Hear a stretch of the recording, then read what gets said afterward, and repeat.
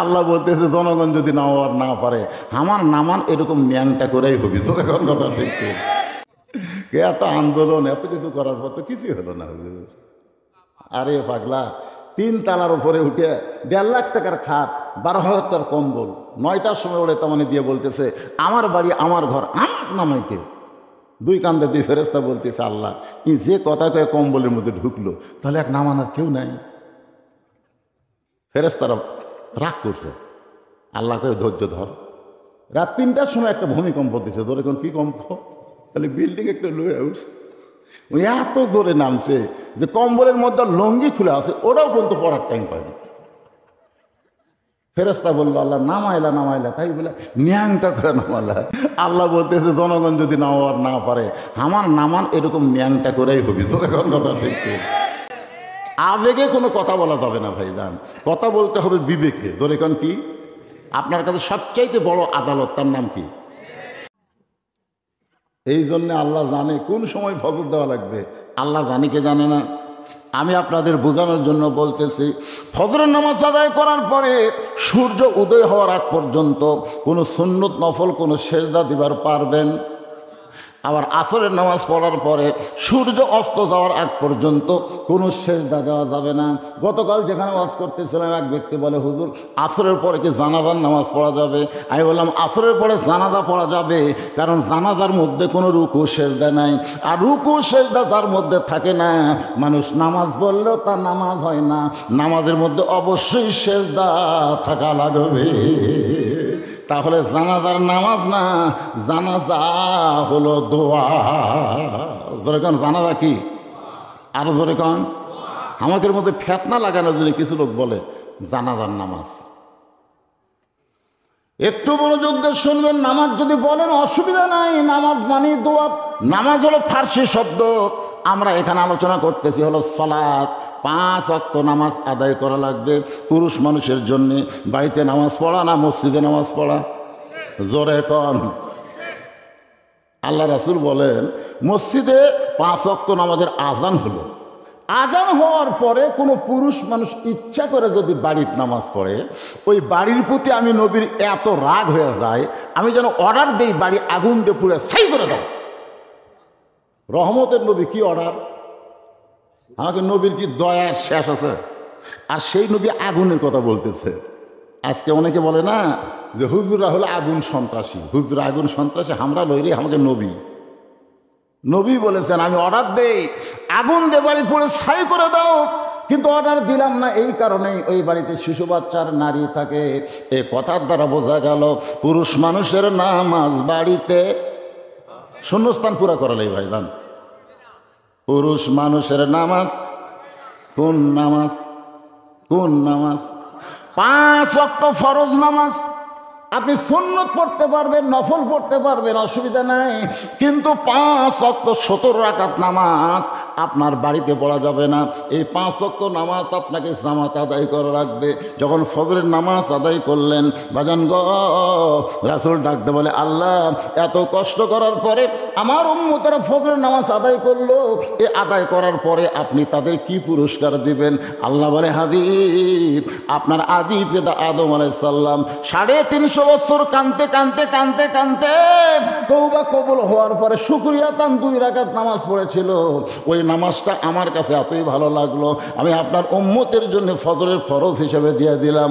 আপনার উম্মতেরা ফজরের ফরজ 2 রাকাত নামাজ জামাতের সঙ্গে আদায় করবে, আদম নবীর সম পরিমাণ সওয়াব আমি আল্লাহ দিয়ে দিব। আজ থেকে কি ফজর পড়বেন?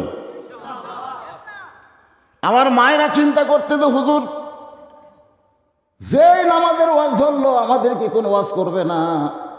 পুরুষ মানুষের জন্য 1 নম্বর হাউজে কাউসারের পানি পান করার জন্য হলো নামাজ, আর নারীদের জন্য কিন্তু নামাজ না, নারীদের জন্য হলো পর্দা। জোরে বলেন নাম কি?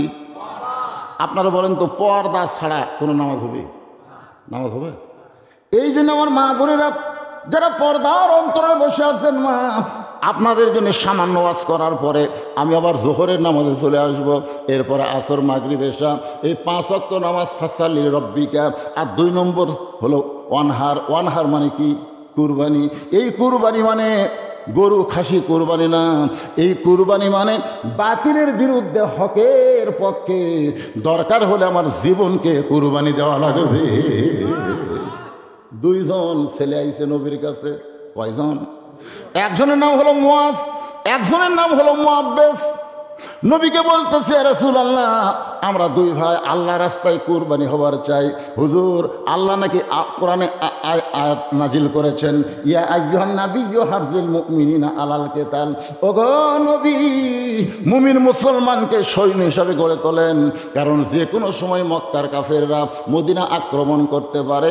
আর মদিনা যদি আক্রমণ করে, দোয়া দরুদ দিয়ে কিন্তু মদিনা রক্ষা করা যাবে না। ওই কাফের বেঈমানদের বিরুদ্ধে নিজের জীবনকে কুরবানি করতে হবে। এই জন্য একটু খেয়াল করে শুনবেন।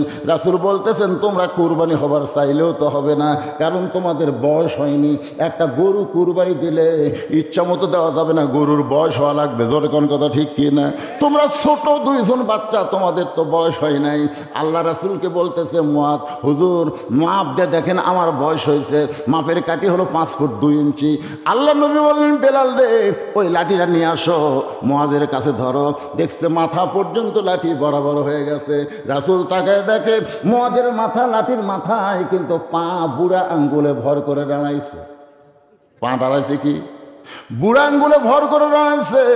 আল্লাহ নবী বললেন, মুয়াজ তোমার লাঠির মাথা পর্যন্ত হয়েছে, কিন্তু পায়ে বুড়া আঙ্গুল ভর দিয়ে দাঁড়াইছো কেন?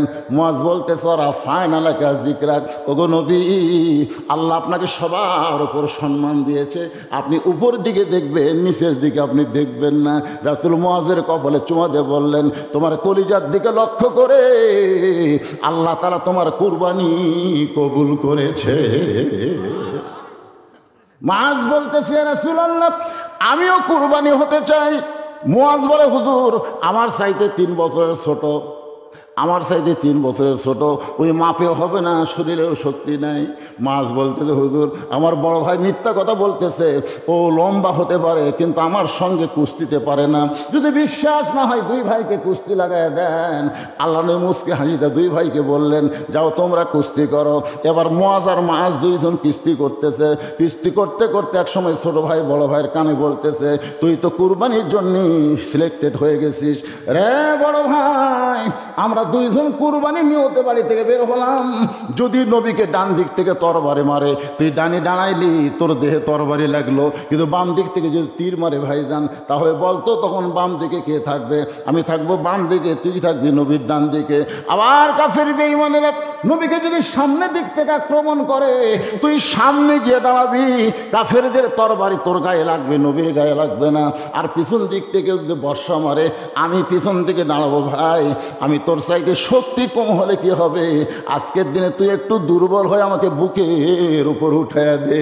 এবার মুয়াজ কানতে কানতে ছোট ভাই মুআব্বেসকে বুকের উপর যখন উঠাইয়া দেয়, আল্লাহ নবী 2 জনের কপালে চুম্বন দিয়ে বলে, এইরকম ঈমান যখন মুসলমানের জাগ্রত হবে, আল্লাহর জন্য নিজের জীবনকে কুরবানি দিবে, বাতিলের ক্ষমতা নাই মুসলমানের এরিয়ার মধ্যে ঢুকতে পারে। আর আজকে আমরা 7 তারিখে কি করলাম? হাই রে কুরবানি করছি ভাই। কুরবানির ওয়াজ হবে ডাইরেক্ট অ্যাকশন, কিন্তু এখন নামাজের ওয়াজ হচ্ছে। আর নামাজের ওয়াজ করতে গিয়া আমার মা বোনদের একটু পর্দার ওয়াজ না করলে হবে না। যেরকম ঠিক কিনা? ইয়াকুব নবীর নাম শুনছেন? ইয়াকুব নবী নির্জনে বসে আল্লাহর কাছে কাঁদতেছে, আল্লাহ আল্লাহ আমাকে তুমি 12টা সন্তান দিলে, 12টা, তার মধ্যে 2টা ভালো, এই 10টা তো খারাপ কেন? এই খুব খেয়াল করে শুনবেন। কয় সন্তান? 12টা সন্তান, 2টা ভালো, বনিয়ামিন আর ইউসুফ খুবই ভালো, কিন্তু এই 10টা তো খারাপ কেন? আমি নবী হয়ে জন্ম দিলাম, তারপরে 2টা ভালো 10টা খারাপ, কারণ কি? আল্লাহ বলতেছেন, ইয়াকুব তোমার বউ কয়টা? ইয়াকুব বলতেছে, আল্লাহ আমার বউ তো 2টা। তোমার যে বউ ভালো, সে বইয়ের পেট থেকে যে 2টা সন্তান হয়েছে, এই 2টা সন্তান ভালো। আর তোমার যে বউ খারাপ, ওই বইয়ের পেট থেকে যে 10টা সন্তান হয়েছে, ওই 10টা সন্তান হলো খারাপ। এখান থেকে কি বুঝলেন? বাবার কারণে সন্তান ভালো মন্দ হয় না, ভালো মন্দ হয় মায়ের কারণে। তাহলে আমার সেই মায়ের জন্যে একটু ওয়াজ করার দরকার আছে না নাই? দরকার আছে না নাই? আমি নামাজের ওয়াজে আসতেছি ভাইজান, তার আগে আমার মা বোনদের জন্যে সামান্য কিছু ওয়াজ করার পরেই চলে আসতেছি। গভীর রাত্রে ফাতেমা হযরত আলীকে বুকের মধ্যে নিয়ে কাঁদতেছে। গভীর রাত বিবি তার স্বামীকে বুকের মধ্যে নিয়ে কান্দে। আলী বলে, ফাতেমা কান্দার কারণ কি? ফাতেমা বলতে, স্বামী গো, আমার কান্দার কারণ হলো আল্লাহ পাক আমার দোয়া কবুল করেছে। আলী বলে, ফাতেমারে, দোয়া কবুল করার পরে মানুষ কোনোদিন কান্দে না, বরং দোয়া কবুল করার পরে মানুষ খুশি হয়ে যায়। ফাতেমা বলে, স্বামী গো, কী দোয়া আল্লাহ কবুল করছে, আপনাকে সেইটা শুনবেন না? আলী বলে, ফাতেমা কী দোয়া কবুল করছে বলো?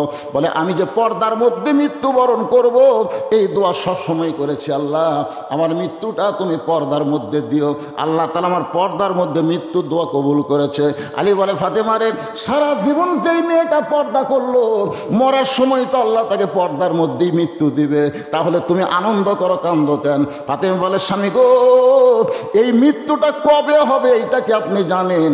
আলী বলে, ফাতেমা, মৃত্যুর খবর একমাত্র আল্লাহ ছাড়া দুনিয়ার কেউ বলতে পারে না।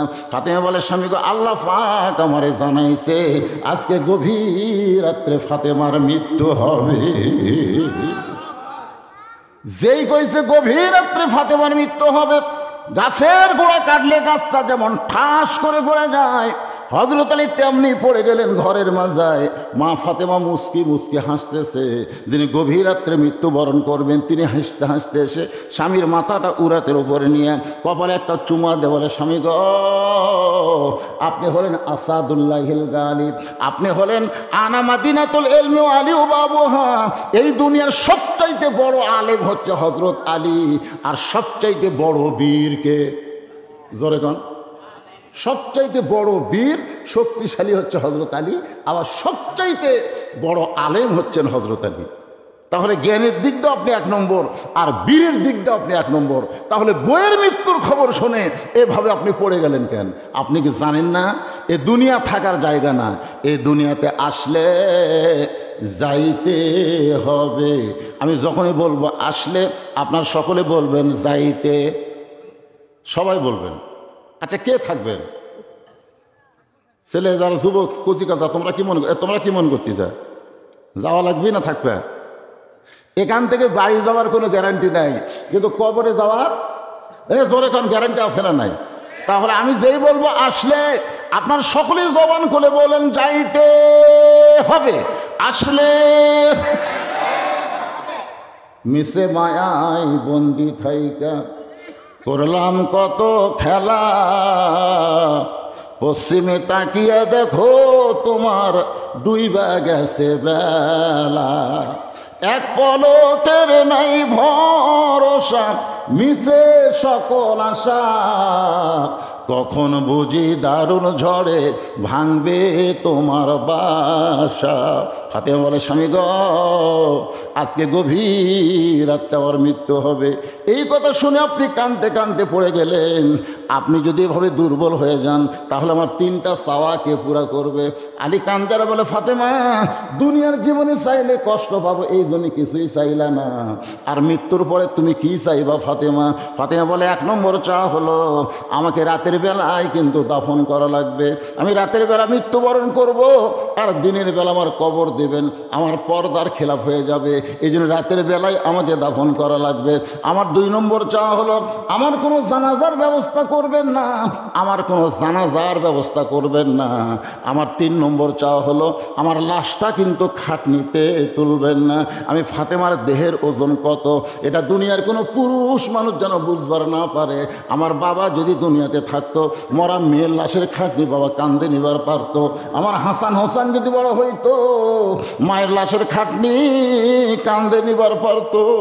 মায়ের লাশের খাটনি কান্দে নিলে যে কি হয়, 25শে ডিসেম্বর আমি বুঝতে পেরেছি। এই যে 25শে ডিসেম্বর গেল, আমার মা দুনিয়া থেকে বিদায় নিল, আমি মায়ের খাটনি কান্দে নিলাম। ভাই, সন্তান যখন মায়ের খাটনি কান্দে নেয়, তখন সন্তানের যে অবস্থা হয়, যাদের মা মারা গেছে তারাই বুঝবার পারতেছে। ধরে কোন কথা ঠিক কিনা? ফাতেমা বলে, আমার হাসান হোসেন এত ছোট, তখন একজনের বয়স হলো 4 বছর 5 বছর, আর একজনের বয়স হলো 6-7 বছর। তাহলে ছোট দুই বাচ্চাকে মায়ের খাটনি নিবার পারবে? আমি হিসাব করে দেখলাম এই দুনিয়াতে আমার খাটনি কান্দে নেওয়ার কেউ নাই। আপনি শুধু আমাকে কান্দে করে জান্নাতুল বাকির পূর্ব কোণায় সবুজ রঙের একটা বাতি জ্বলবে, ওই বাতি বরাবর আমাকে দাফন করবেন। আমার কবর খুঁড়তে যদি আপনার কষ্ট হয়, তাহলে আপনার একান্ত বন্ধু কেউ যদি থাকে দুনিয়ায়, তাই বলবেন সে যেন ফাতেমার কবরটা গোপনে খনন করে দেয়। গভীর রাত্রে হযরত আলী আবু যর গিফারির জানলার কাছে বিষাক্ত সাপের মতন ফোঁস করে কাঁদতেছে। আবু যর গিফারি চমকে গেল, এই গভীর রাত্রে এমন করে আমার জানলায় কে কান্দে রে? দরজা খুলে বাইরে এসে দেখে আসাদুল্লাহিল গালিব হযরত আলী কাঁদতেছে। আবু যর গিফারি বলে, আলী ভাই, জীবনে কত যুদ্ধ করলাম তোমার সঙ্গে, কোনো যুদ্ধে তোমাকে পরাজিত হয়ে কাঁদতে দেখি নাই। আজকে তোমার জীবনে এমন কি যুদ্ধ শুরু হলো যেই যুদ্ধে তুমি পরাজিত সৈনিকের মতন কাঁদতেছ?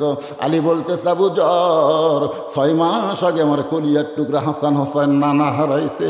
আজকে গভীর রাত্রে তাদেরকে ফাঁকি দিয়া তাদের মা দুনিয়া থেকে বিদায় নেবে। আবু যর, জান্নাতুল বাকির পূর্ব কোণায় একটা কবর কর, কারণ পর্দা নিশে ফাতেমা ওসিয়ত করেছে রাতের বেলায় তাকে দাফন করা লাগবে।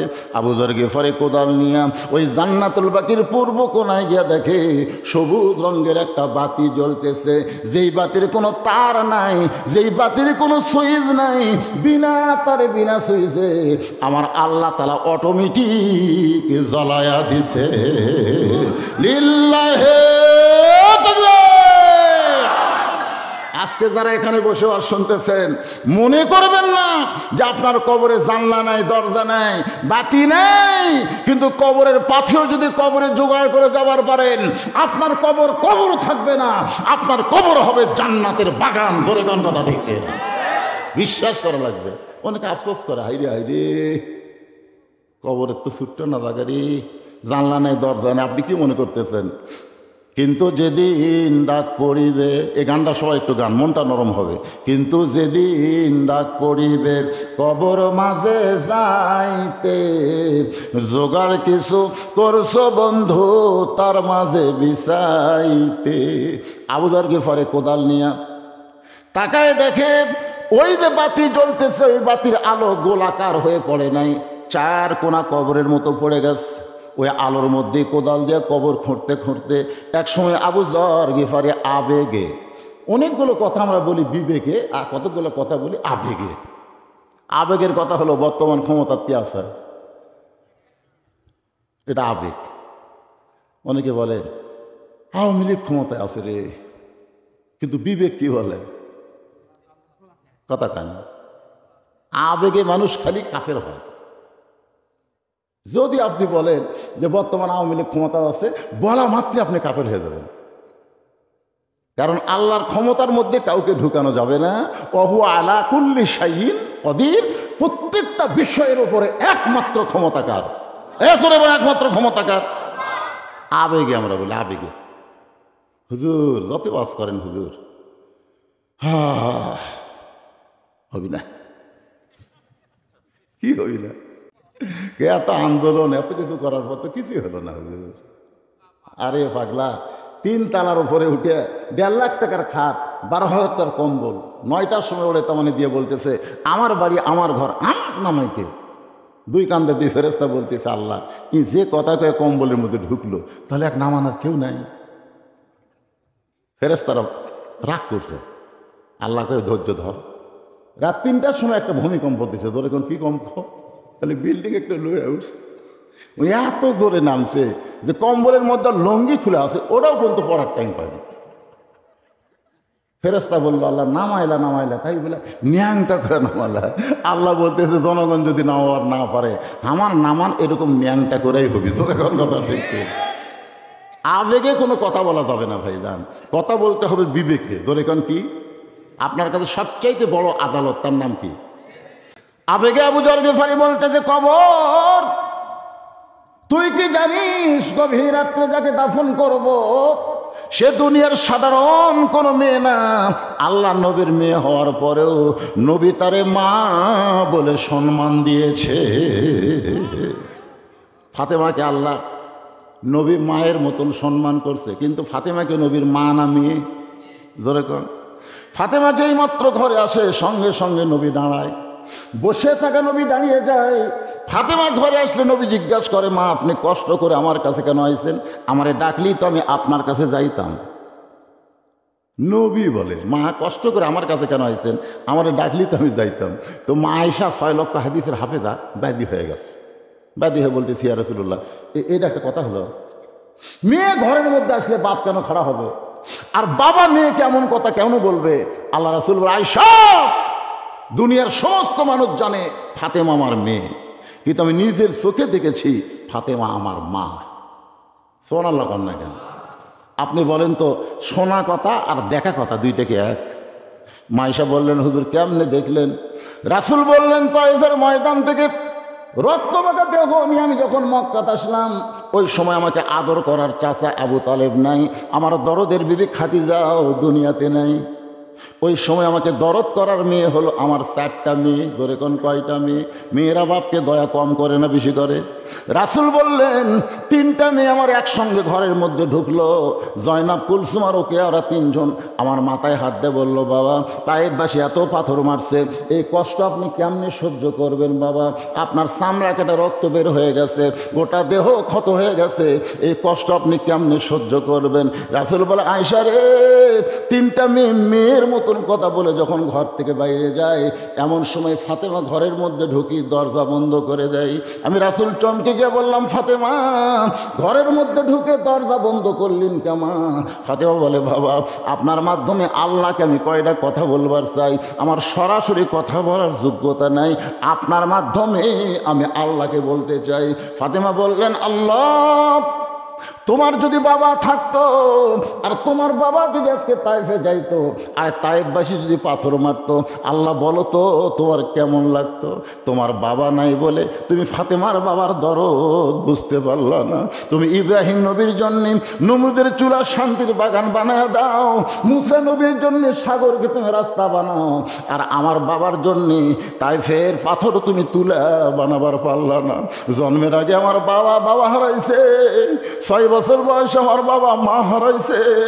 তুমি জানো গো আল্লাহ, এই বছরেই তুমি তার চাচা আবু তালেবকে নিয়ে গেলা, আবার এই বছরই আমার মা খাদিজাকে তুমি দুনিয়া থেকে টান দিলে, আবার এই বছরে তুমি তায়েফে আমার বাবাকে রক্তাক্ত করে দিলে। এই কথা বলে যখন ফাতেমা দরজা খুলে বার হয়ে যায়, রাসূল বলে, আয়েশা রে, আমি মনে করেছি আমার ফাতেমা মনে হয় পাগলি হয়ে গেছে। আমি তাকায় দেখি উঠানে পানি গরম করতেছে আর জয়তুনের তেল গরম করতেছে। কিছুক্ষণ পরে এসে আবার যখন দরজা বন্ধ করে দেয়, আমি বললাম, রাগ করে ফাতেমা তুই আবার কেন দরজা বন্ধ করলি? ফাতেমা বলে, বাবা সন্তান যখন বড় হবে, ওই সন্তানকে গোসল করাইতে গেলে দরজা খুলে গোসল করানো যাবে না। রাসূল বলে, আয়েশা রে, আমার মাথা ফাতেমার উরাতের উপরে আমার গোটা দেহের কাপড় খুলে ওই নরম কাপড় গরম কাপড়ের মধ্যে পানির মধ্যে চুবড়াইয়া আমার গোটা দেহ পরিষ্কার করে ওই নরম হাত দিয়া যখন আমার ক্ষতস্থানে জয়তুনের তেল লাগায় দেয়, আমি নবী কখন যেন ফাতেমার উরাতকে বালিশ বানায় ঘুমিয়ে গেছি। ওই ঘুমের ঘুরে আমি স্বপ্নে দেখতে পাই আমার শেওরের পাশে আমি না মা আমার দাঁড়িয়ে কাঁদতেছে। আমি স্বপ্নকে বাস্তব মনে করে মা বলে আমিনার হাত ধরলাম, কিন্তু ওই সময় ফাতেমা আমার কপালে চুমা খায়, ফাতেমার চোখের পানি আমার চোখের মধ্যে ঢুকে আমার ঘুমটা ভাঙে যায়। আমি বললাম, ফাতেমা তুই এত কান্দিস কেন মা? ফাতেমা বলে, বাবা আপনি মা বলে আমার হাতটা চাইবা ধরছেন, এই যে দেখেন এখন পর্যন্ত আপনি হাতটা চাইবাই ধরে আছেন। রাসূল বলে, আল্লাহে ওই আল্লাহর শপথ করে বলতেছি, মা বলে যদি তোর হাত চাইবা ধরি তাহলে তুই আমার মেয়ে না। আজকে দেখলাম তোর ভিতরে আমার মা আমি না। আবু যর গেফারি বলে, কবর তোর মধ্যে এমন একজন মাকে রাখা হবে যার 2টা সন্তান জান্নাতের যুবকদের সর্দার হবে। রে কবর কোনোদিন বেয়াদবি করবি না, খবরদার কখনো বেয়াদবি করতে পারবি না। এই বলে কোদাল মারতে মারতে কবর খননের শেষের দিকে আবু যর গিফারি বলে, কবর রে, তুই কি জানিস আজকে তোর মধ্যে এমন একজন বিবিকে রাখা হবে যার স্বামী হলো আসাদুল্লাহিল গালিব, যার স্বামী হলো আনা মাদিনাতুল ইলমি ওয়া আলী বাবুহা, সে আলীর বিবিকে কবরের মধ্যে রাখা হবে, খবরদার কবর বেয়াদবি করবি না। এই বলে আবার যখন কোদাল মারতে চায় এমন সময় কে যেন গায়েব থেকে ডাক দেয়, বলে আবু যর, এই কবরকে সাবধান করিস না, বরং যারা কবরের মধ্যে আসবে তাদেরকে সাবধান করো। এইটা কিন্তু মা ফাতেমার জন্য বলা হয় নাই, এটা বলা হয়েছে আমাদের সকলের জন্য। জোরে কোন কথা ঠিক কিনা? আবু যর, কবরকে সাবধান করিস না, বরং যারা কবরের মধ্যে আসবে তাদেরকে সাবধান করো। এই কবর কার মা, কার মেয়ে, কার বিবি, এটা কবর দেখবে না। আমল যদি ভালো হয় কবর জান্নাতের ঘর হয়ে যাবে, আর আমল যদি খারাপ হয় কবর জাহান্নামের গর্ত হয়ে যাবে। এই শব্দ শোনার পরে আবু যর গিফারি দুইটা হাত থরথর করে কাঁপতেছে, আর কোদাল মারতে পারে নাই। গোরস্থান সাইলা জান্নাতুল বাকি সাইলা কোথায় যেন আবু যর গিফারি দৌড় মারছে, কোথায় যেন পালায় গেছে। নির্দিষ্ট সময়ে হযরত আলী ফাতেমার দেহখানা নেওয়ার জন্য ঘরের মধ্যে ঢুকেছে, কারণ ফাতেমার গভীর রাত্রে দাফন করা লাগবে, তার কোনো জানাজা হবে না, তার লাশটা খাটনিতেও তোলা চলবে না। ঘরের মধ্যে ঢুকে দেখে ফাতেমা নিজে নিজেই গোসল করেছে। মেয়ে পুরুষ মারা গেলে গোসল করানোর দরকার আছে না নাই? কিন্তু ফাতেমা নিজে নিজেই গোসল করেছে। ফাতেমা নিজে নিজে কাফনের কাপড় পরে শুধু দুইটা হাত বের করে রাখছে, আর মুখটা বের করে রেখে দুই পাশে দুইটা সন্তানকে ঘুমায় দিছে। কারণ হাসান হোসেন যদি চেতন থাকে তাহলে মাকে দাফন করার ব্যাপারে ওর বাপকে অসুবিধা করতে পারে। এই জন্য ফাতেমা সতর্ক হইয়া দুইটা সন্তানকে ঘুমায় দিছে। হযরত আলী দুই সন্তানের মাঝখান থেকে ফাতেমারে কান্দে করে নিয়ে ওই জান্নাতুল বাকির কাছে গিয়ে বলতেছে, আবু যর, কবর যদি খোঁড়া হয়ে যায় কবর ছেড়ে চলে যায়, কিন্তু আমার আল্লাহ তাআলা আবু যর গিফারিকে আগেই কবর থেকে সরায় নিছে। হযরত আলী নিজেই ফাতেমাকে দাফন করার পরে আল্লাহর কাছে বলতেছে, মাবুদ গো, দুনিয়াতে গরিব ছিলাম বলে ফাতেমার মনের আশা আমি পুরা করতে পারি নাই, আজকে দাফন করার পরে তোমার কাছে কান্দি, আমার ফাতেমাকে তুমি কবুল করে নাও। এ দোয়া শেষ করার পরে হযরত আলী তাকায় দেখে সামনে কয়েকটা পুরাতন কবর দেখা যায়। এই মাত্র ফাতেমাকে কবর দিয়েছে, সেই নতুন কবর আর নাই। কোথায় ফাতেমার কবর, কোথায় গেল ফাতেমার কবর? গোটা জান্নাতুল বাকি দৌড়ায়, গোটা জান্নাতুল বাকি দৌড়ায়, ফাতেমার কবর কোথায় রে, ফাতেমার কবর কোথায়? কে যেন ডাক দেয়, আলী রে, ফাতেমা হলো পর্দানিশী, আমি আল্লাহ জোহরা ডিগ্রি দিয়া ফাতেমার কবরটাকে কিয়ামত পর্যন্ত পর্দা করে দিয়েছি। মায়েরা রে, পর্দার অন্তরালে যারা আছেন মা, যদি আপনারা জান্নাতে যাবার চান, আপনাদের জান্নাতি নারীদের নেত্রী হবে ফাতেমা। ওই ফাতেমার সিগনেচার ছাড়া কিন্তু জান্নাতে যাবার পারবেন না। তাহলে এখন ফাতেমার মতো নারীদের পর্দা করার দরকার আছে না নাই? ফজরের নামাজ পড়তে গেছে হযরত আলী, কোন নামাজ? আবু যরকে খুঁজতেছে, কে রে, ওকে আমি কবর খুঁড়তে দিয়ে বেটালাম, এই বেটা গেল কোথায়? না, হযরত আলীর সবচাইতে আপন বন্ধু কিন্তু আবু যর, একসাথে নামাজ পড়ে, সুবহানাল্লাহ ডাকেন। কিন্তু ফজরের সময় আবু যরকে ফেলেন না। জোহরের সময় হযরত আলী গোটা মসজিদ খুঁজলেন, আবু যর নাই। আসরের সময় খোঁজেন নাই। সমস্ত সাহাবীরা আবু যরকে খুঁজে আর পায় না। কোথায় আবু যর? কয়েক বছর আবু যরকে আর মদিনায় পাওয়া যায় না। কয়েক বছর পর আবু যর গিফারি পাগল হয়ে মদিনায় ঘুরতেছে। ছোট ছোট বাচ্চারা পাথর মারতেছে আর বলে, ওই যে পাগল যায়। আবু যর গিফারি গেলে হাসে আর কান্দে না, খালি হাসে, পাগলের মতন খিকখিক করে হাসে। এমন সময় রাস্তা দিয়ে আলী যাওয়ার বলে, রে ছোট বাচ্চারা, পাগল মনে করে কারো পাথর মারতেছ? মদিনার বাচ্চারা বলে, আমরা তো ওনাকে চিনি না, আমরা তো ওনাকে চিনি নাই পাগলকে।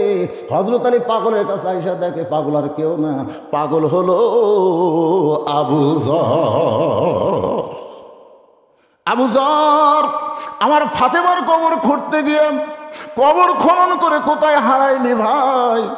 এত বছর হলে তোরে খুঁজতেছি, তোরে আর মদিনায় দেখি না, তুই কোথায় ছিল আবু যর? একটা বার কথা বল, কবর খুঁড়তে খুঁড়তে কেন তুই কবর ছেড়ে পালায় গেলি? আবু যর গিফারি কোনোই কথা বলে না। আলী বলতে আবু যর কথা বল, কথা বল। আবু যর গিফারি যখন কথাই বলে না, হযরত আলী আবু যর গিফারিকে বুকের মধ্যে একটা চাপা মারছে।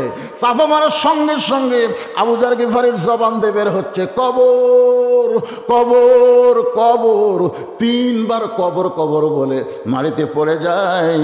হযরত আলী উরাতের ওপরে মাথা নিয়ে কবরে চুম্বন দিয়া দেখে আবু যর গিফারি আর দুনিয়াতে না।